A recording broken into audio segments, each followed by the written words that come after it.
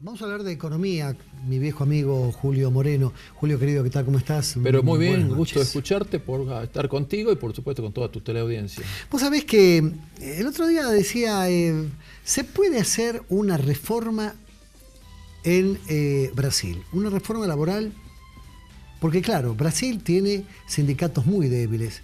Argentina siempre tuvo la característica de tener sindicatos muy fuertes, muy combativos. En otros lugares del mundo, no sé, no quiero citar a Estados Unidos porque no creo que sea ejemplo para este tipo de cosas en particular, pero hay un viejo axioma que dice: estados fuertes, sindicatos débiles. Sindicatos fuertes, estados débiles. Gobiernos débiles, sindicatos fuertes. Hoy no es un buen momento para Macri para venir a pelear con los sindicatos, pero también hay una realidad. Los precios del costo laboral son realmente elevados y nos tornan de alguna forma no competitivos con todo el planeta. No es un país, no es otro país, es con el mundo, realmente. Con lo cual también termina generando problemas en el laburante. El laburante que no puede adquirir un montón de cosas acá y que quizás para comprarlas acá quiere tener ese bien, tiene que irse a otro lado a comprarlo. Lo cual genera que le estamos comprando a un empleado, a un obrero de otro país, en desmedro de fábricas nuestras que cada vez cierran, cada vez despiden gente y este tipo de cosas. Parece algo muy intrincado y muy difícil de solucionar. Digo, un economista me puede llegar a dar la solución. Mirá, la solución pasa porque los sindicatos tomen conciencia de lo que significa defender al trabajador. Eso es fundamental. Lamentablemente las políticas económicas que vamos teniendo, el sindicalismo se ha limitado a pelear un 2%, un 3% más de la inflación, cuando en definitiva se tendría que empezar a hablar de productividad, de darle competitividad a nuestros productos. O sea, creo que el sindicalismo en sí está defendiendo de alguna manera también los derechos de los trabajadores, pero también hay que preservar las empresas, porque sin empresas tampoco hay trabajadores. Eso lo entendieron, la nueva dirigencia sindical la tiene muy claro.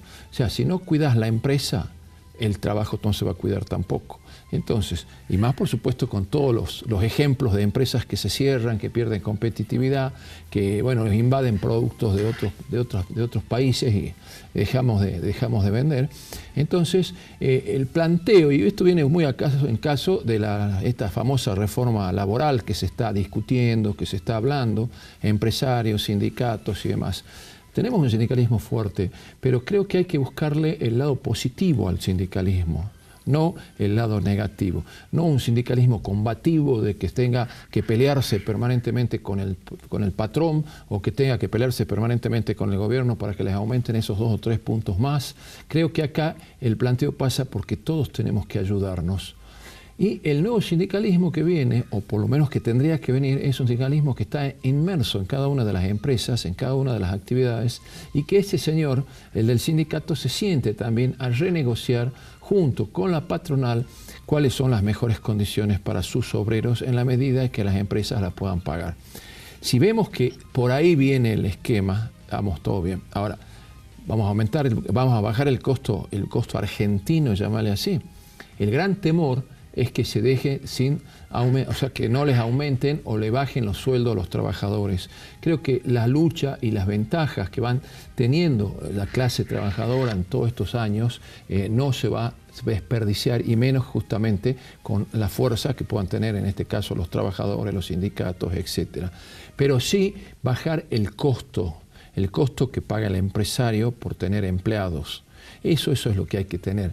Hoy te conviene más a veces, en algunos momentos, pagar horas extras y no tomar empleados nuevos. O te conviene más decir, no produzco hasta acá para no poder pagar la incidencia que tiene esa cantidad de horas que tengo que pagar o empleados que tengo que tomar. Entonces, cada vez las empresas se están achicando, no están tomando gente, la gente que se jubila ya se va. Formar un empleado en cualquier industria, en cualquier actividad, el recurso humano es carísimo. Cuesta muchísimo, no es un detalle fácil para tener en cuenta. Por eso las empresas cuidan a sus trabajadores, ¿Por qué? Por el costo que tiene el trabajador de formarlo. Entonces, el esquema es decir, bueno, señores trabajadores, sigamos, busquemos la forma, porque no solamente decir bajar el costo de los impuestos, pero podemos empezar a hablar de productividad, podemos empezar a hablar de cómo hacemos para vender más, cómo diversificamos nuestra producción. Creo que son temas que hay que darle más importancia de la que tenemos. Entonces, en vez de fabricar un solo artículo, fabriquemos 5 o 6 artículos, más valor agregado, más trabajo. Entonces, ahí yo te garantizo que la tendencia, incluso hasta el mismo humor de los trabajadores, hasta el mismo humor de los sindicatos va a cambiar. Ahora, porque vas a tener más cosas para ofrecer. El tema de la participación en las ganancias es algo que dio muy buenos resultados en algunas partes del mundo. Por ejemplo, ¿por qué yo no voy a estar? La idea que se genera muchas veces es, vos me tomás a mí para que trabaje en tu empresa. Yo soy muy importante para que vos seas exitoso. Pero luego hay como una lucha entre que tus necesidades y mis necesidades, tus conveniencias y mis conveniencias empiezan a entrar en choque. En realidad, a vos te conviene que a mí me vaya bien y que gane bien, y a mí me conviene que a vos te vaya bien. Si a vos te va bien, yo voy a tener un trabajo estable. Si a vos te va mal, a mí mañana, pasado, me podés llegar a correr. Y había un elemento que me pareció siempre muy interesante, el hecho de que para romper esas divisiones que hay, esa lucha entre ustedes y nosotros, decir, no, nosotros. O sea, que yo gane por tus ganancias también, participación en las ganancias. Bueno, mira, había un proyecto, no sé en qué quedó, de que empresas de más de 300 o 500 empleados participan hasta un 5% de las utilidades. Es una forma de incentivarlo. Es un incentivo, claro. Es un incentivo en donde la gente se siente bien, es decir, bueno, señores, tenemos ganancias, hemos participado, formamos parte de la empresa. Hoy incluso no solamente es un programa de participación en las utilidades, Jorge, sino las tendencias de las nuevas empresas es en darle participación y más tender a una organización horizontal, en donde el coaching o el coach ya no es el líder o el jefe de la empresa o el jefe de departamento, es el coach, en donde él se consustancia, se hace amigo de todas las personas y lo dirige por el mejor camino. O sea, cambió totalmente la concepción. Hoy cualquier persona, desde el último cadete, puede tener acceso al gerente general para insertar una idea, para insertar un comentario. Cosa que antes, esa pirámide tremenda, altísima, que era una pirámide así, no se podía acceder. Claro. No, allá arriba estaba el gerente. Hoy el concepto de... El gerente es la araña al revés. El gerente está adelante de todos en el negocio. Claro. Exactamente. Hoy el concepto es distinto. ¿Por qué? Porque el empleado es parte del negocio. Y es muy simple porque estamos hablando. Si se cae el negocio, se cae en todo. No se cae el empleado o el jefe. No, se cae en todo, se cae la empresa. Entonces, cuando empezamos a pensar de que un cadete, porque está todo el día en la calle, que eso es importante, no lo valoran el trabajo, por ejemplo, de una persona que está en la calle. Un cadete que va a hacer la fila para pagar algún impuesto o que va a comprar, qué sé yo, sin ir más lejos, pesado, papel o lo que fuere, esa persona está en contacto con el consumidor, si vamos a hablar en términos de marketing. Y esa persona le va a explicar, mira, tu producto sirve, no sirve o no deja de servirse. O sea, el contacto directo del consumidor con la empresa se puede dar perfectamente a través de este cadete y no a través de los grandes experimentos, llamarle cámara Gesell o estudios de mercado, estadísticas, encuestas o lo que fuere. O sea, todos los modelos, los motivos para conocer el futuro de cualquier empresa, todos son partícipes y todos son culpables de alguna manera porque lo hiciste o porque si lo sabías no lo pusiste en práctica o no lo comentaste o porque no te diste cuenta o por lo que sea. Pero creo que el concepto hoy de emprender, de empresas, está totalmente cambiado con respecto a lo que era hace unos 20 o 30 años. Julio, hay un par de temas que no quiero dejar de tocarlos antes de que me despida de vos. Uno de ellos es tapa del diario del jueves pasado. Casi 1 de cada 2 trabajadores salteños está en negro, 48.9%. Es un número elevado, todavía más elevado que en mediciones anteriores, o sea, que no es algo que va para mejor, sino que es algo que va para peor.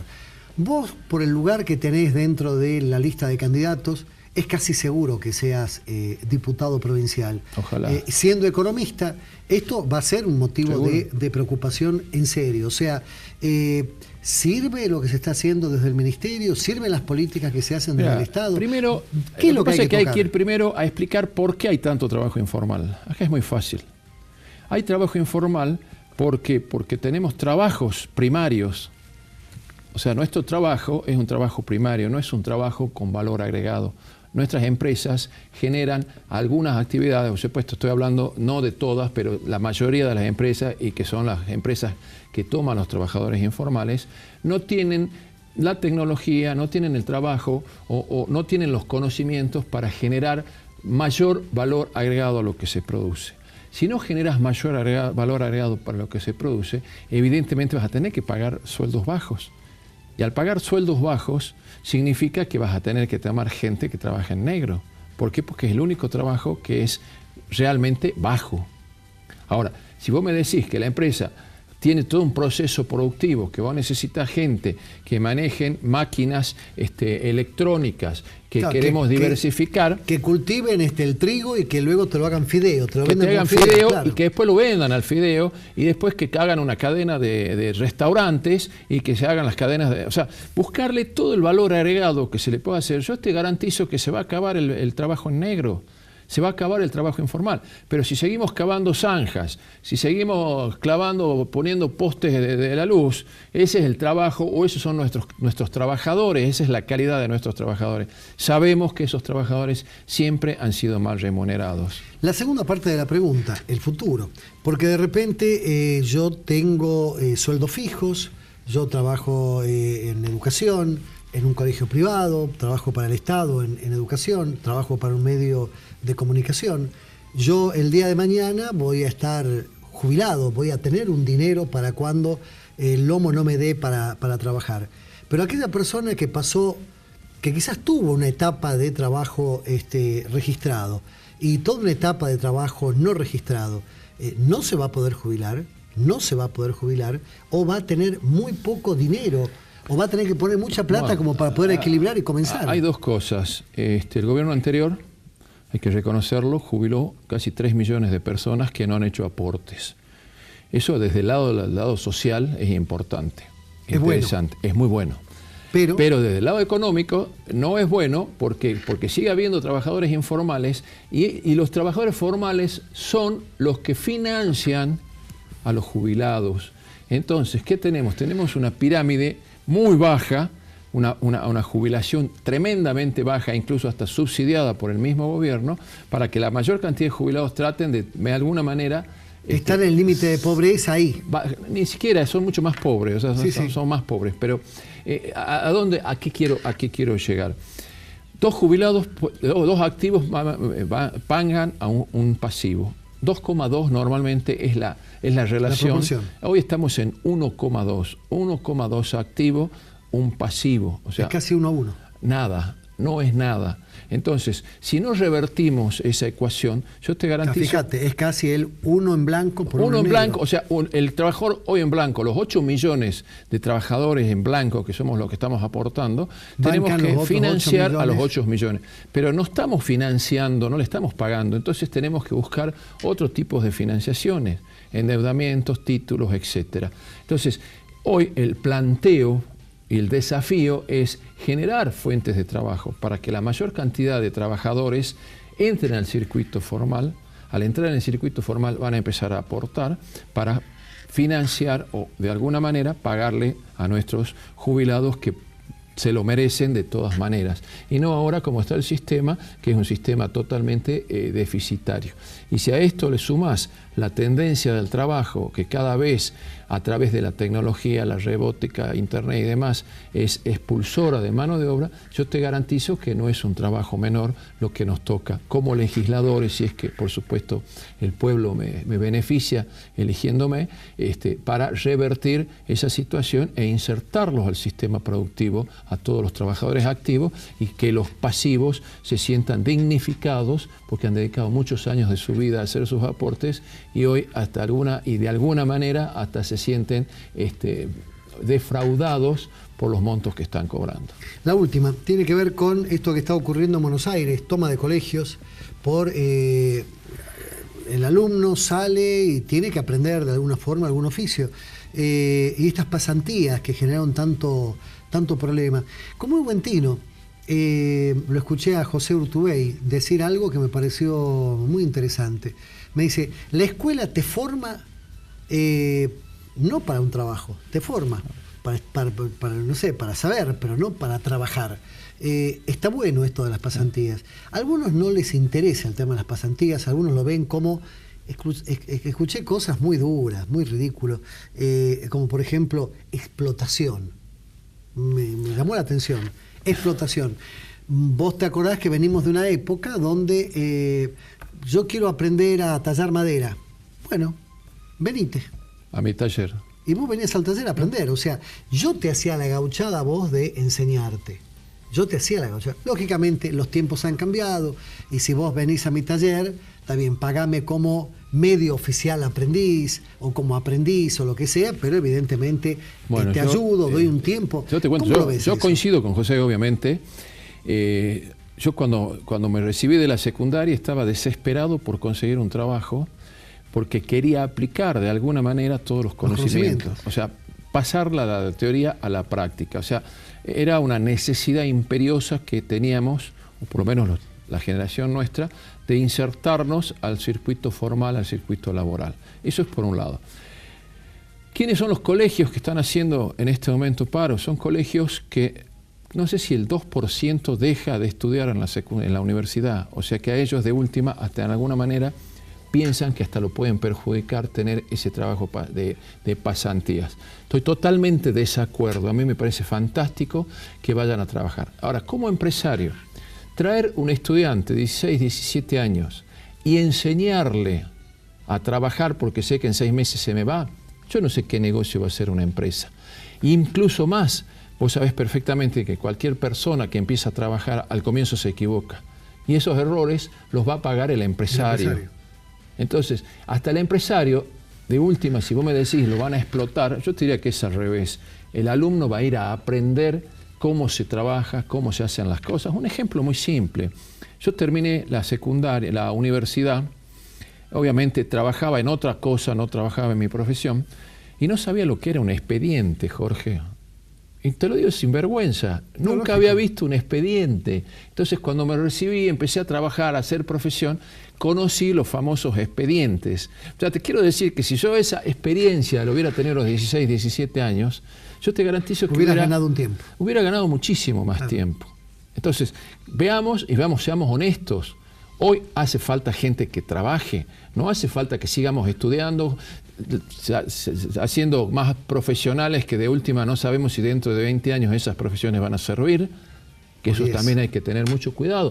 ¿Qué tipo de profesiones estamos enseñando a nuestros jóvenes? Porque en 20 años yo te garantizo que esto cambia y está cambiando permanentemente. Entonces, seguir formando siempre a la misma cantidad de jóvenes en las mismas escuelas, no sé si sirve. Así que yo soy un gran defensor de, si este es el problema, la causa de la toma de colegios, de que los chicos no quieren hacer pasantía, me parece una locura. Como también me parece una locura que un chico de 16 o 17 años se tenga que sentar con un profesor a plantear un plan de estudio, cuando en definitiva los chicos están permanentemente recibiendo información y ellos todavía no están formados para decir este conviene o esto no conviene. Bien. O sea, por todos lados te diría que apoyo totalmente a la reforma esta. Bien, Julio, como siempre, muchísimas gracias. Ha sido un gusto.